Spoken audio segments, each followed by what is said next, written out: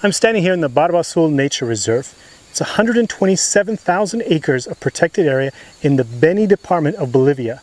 This area protects savanna habitat, but also motaku and forest islands, cerrado forest, and many different kinds of aquatic systems from a marsh to a year-long permanent river.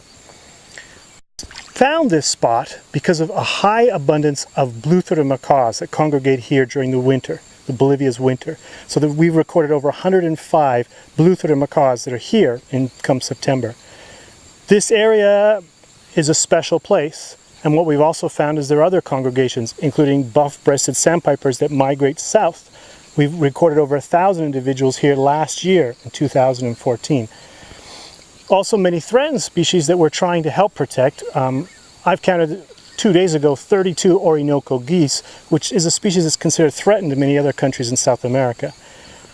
We're also working to protect the savanna habitat, and that's going to give home for many of the old growth savanna species.